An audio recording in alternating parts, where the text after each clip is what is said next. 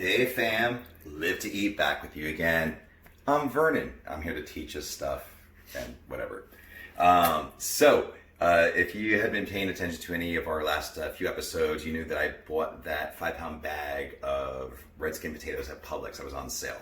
So I am getting back to using those up. First order of business was the Elenikos Limoni Patatas.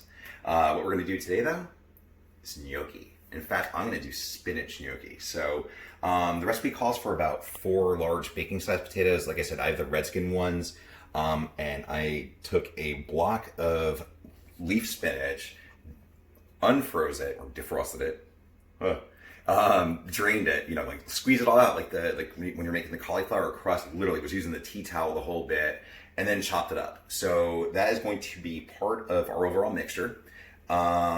Frankly, what we're going to do is we're going to boil these potatoes. We're going to make kind of like mashed potatoes. I'm not going to bother skinning them like you would have done if we used baked potatoes, because those are not quite the nice skin that the red skin potatoes have. Plus there's, iron and other, vitamins and minerals that are in the potato skins that you might not necessarily want to get rid of. So, ergo, we're going to keep them a little bit more rustic. Plus the green spinach color will probably, kind of cover that all up. So, it's all good. But first and foremost, we are going to need to boil those potatoes to make the mashed potato element of things. Then otherwise, we're going to be kind of doing that whole dough thing you do for pizza dough or pasta dough, where you make your volcano of flour and, indent it, and then you're going to introduce all your stuff. So we'll get to that all in time. But hey, just want to let everyone know, it's actually my birthday eve. The kid is turning the big 4-4. Right? I know, it's crazy. I got the quarantine hair all going on. I have this ducktail thing going on back here, and I'm not going woo, because that is just, I don't even know I don't know, neck hair, long, I don't know, mullet, I don't know what's going on. But it's fine. It's fine. The show must go on, right? So anyway, I'm gonna get cracking on gnocchi. We're gonna make it 2 ways ultimately, the way that we played it. So that'll be super cool. But stick around. Let's do some stuff.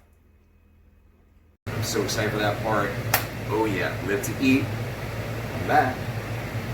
Hey fam, I'm back. I still attend to play Simon Time Trivia Show in the background here. I'm in the process of adding flour to our potato spinach mixture. Got the large beaten egg going on in here, a bunch of garlic powder. The reason why I went with garlic powder versus fresh garlic is because when it comes to inclusion, so whether you're making burger patties or potato pancakes or whatever, the more things you want to try to stick in it, the more binder you're going to need. So keep that in mind. So if you only have so much binder, you can only use so many inclusions. So something like powder though, not that big of a deal. It'll chill. It's fine. It'll hang around. So anyway, in the meantime, while I'm getting this ready to go, before I actually make the gnocchi themselves, I got 2 things going on here. I have a vodka sauce. Actually, it's kind of a leftover one, which is why there's so little in the pan. But I had a tomato, a nice beefsteak tomato. It was starting to go on me, right? So I did 2 things. I made a tomato salad, and I also used probably about a third of it here with, probably about,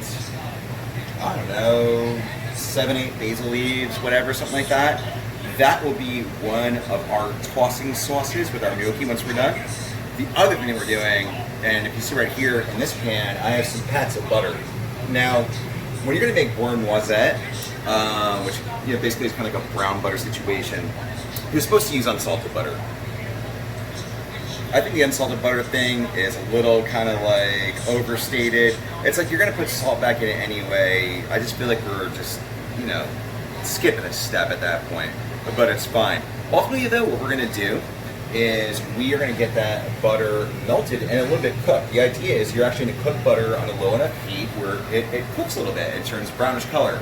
I'm going to throw some dried sage into it, but also what I'm going to do, I have some leftover pesto from the other night. I am going to stir that in there also. So we'll have one group of gnocchi tossed with the vodka sauce, heavy on tomato and basil and minced garlic all up in that. Yeah. And then we're going to do this beurre noisette, and I'm going to add, like I said, some sage as well as pesto, and sliced sausage. I'm going to grill it first, then slice it. It's going to be so dope. You're going to be so happy. You're going to want to make it. It's fine. That's the point of this. Cook at home. It's fine. Stay safe. Stay home. Eat good stuff. Back in a few. Hey fam. All right, I have finished making all of that potato into gnocchi. That's, you know, potato, spinach, and gosh, what else did we throw in that? You know, a lot of garlic powder, right? A little salt, a little pepper. But you know, it's kind of pretty much just like forming meatballs, except for getting your hands wet to make meatballs and make that easier to handle your beef, or you know, your meat blend. In this particular case, for gnocchi, you got to get yourself good and floured because it will stick to your entire life. Your entire life. I literally had to rinse my hands off twice because I couldn't even like make like the shape of balls. I mean, just by you know, picking up flour, or whatever. It was just a mess. I'm like, you know what? I'm giving up. Rinse, rinse, rinse. Let's start over. Hands in the flour. Let's start again. So yeah, that did happen to me. But anyway, I am getting all of these gnocchi in here.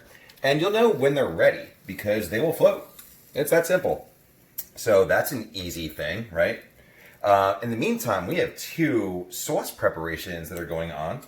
So I want to show you those real quick. What we have right there is I had some leftover vodka sauce in the jar. You know, really not quite enough to make an entire pasta dish with, that kind of thing. So what I did is I added the tomato that was like on its way out. So I diced it up fine. I added minced fresh garlic and some julienne basil. And to make it spread a little bit of skim milk, a little bit of regatta. That's looking pretty good. And I'll get it just a little bit higher on the temp because just like any pasta, you want to be able to toss that in simmering sauce in order to coat it, like, you know, sufficiently, just like how you'd want it in a restaurant. In the meantime, let me tell you about dish number 1, or pan number 1. It's fine. It's like 10:30. Anyway, so what we're doing here is a beurre noisette. So as opposed to a beurre blanc, we're doing a beurre noisette. So what that means is I'm effectively cooking pats of butter at a low temperature until they brown. I've added sage to the mix. I didn't have fresh sage, so I did use the freeze-dried version, you know, sage, right? That kind of thing. But what I'm going to do is I realized I had pesto left over that I hadn't used yet. So I added enough olive oil to it to add the fluidity, because anytime you have a sauce, the more fluid it is, the easier it is to mix it in there versus like chunky, clunky, like pesto that you might want to use as like a bruschetta topper. So what's going to happen here is this butter, this sage-infused butter, is going to brown. I'm going to kind of whisk it with the back end of my spoon so I don't, like, you know, scrape up the bottom of my pan. It's an unfortunate thing that whisks and metal objects do to your, you know, your Teflon lining. Is it made up from Teflon anymore? Is that like an 80s thing? It doesn't matter. It's fine. So anyway, yeah, I'm going to get that up to where it needs to be. I'm going to give these gnocchi a stir. Things are going to happen, people. Things are going to happen. So I think pretty much next time you see me, I'm going to have wiped a little bit of the sweat off this area here. And I'm actually going to hit this and this with a little bit of sherry because, I mean, I'm going to be 44 in about an hour and a half. So, yay. Sherry. Or what else? It's fine. It's going to taste amazing. I'm just being self-deprecating. It's cool. I'm that old.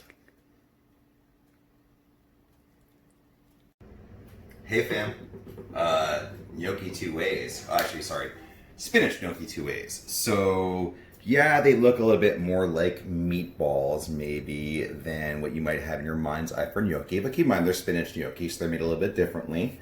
And it was my first time making them, so they weren't quite the marbles maybe we're supposed to make. A little bit more like polpette size, meatball size, right? But oh my God, they are ridiculously good. Ridiculously good. Like, holy crap. So what we did is we did them 2 ways. I almost forgot what I was talking about. First of all is vodka sauce. So it was leftover vodka sauce. So what I did was bolster it. I had a beefsteak tomato that was going on. Hey fam. All right, look what we got here. So we made not just gnocchi, but we made spinach gnocchi. So we'll just say that's a little healthier, right? It was my first time making these, and I probably made them a little bit bigger than I should. They look a little bit more like meatballs than I thought they would, but nonetheless, they are friggin' awesome. What we have here with my left hand is alla vodka. I didn't have too much vodka sauce left, so I made it stretch using actually a tomato that I need to use up. I diced it. I added some fresh minced garlic, a bunch of julienne basil, some extra romano, and yeah, that's crazy. And then secondly, I decided to go with something a little bit out of my element, and I made a beurre noisette. So as opposed to a beurre blanc, this is a beurre noisette. So this is basically the brown butter. Not too much too fancy about it. I mean, literally you're taking butter and you're cooking it slow so it browns. Kind of like the roux idea with like flour and butter, but just butter by itself. But I added a little bit of brown sugar. I knew that between the butter and, because I didn't use unsalted butter because whatever. But between the salted butter and the sausage, I knew I was gonna kind of have to like get a little bit of a balance going, right? So I added a little bit, just a little bit of brown sugar to the butter itself. Sage. I added the pesto to it, and I made the pesto fluid by adding some extra olive oil, so I could stir it very easily into the beurre noisette. And then I add some sliced salsicha alla grilla, and basil all around, because I mean, let's face it, if it's garlic, basil, and spice, I mean, you know it's probably me making it. So yeah. But oh man, gnocchi, spinach gnocchi, 2 ways, people. What are you eating tonight? It's probably not that good. Probably. I mean, you might be alright, but damn. Anyway, live to eat. I'm Vernon. Thank you so much for hanging out, and I will see you soon.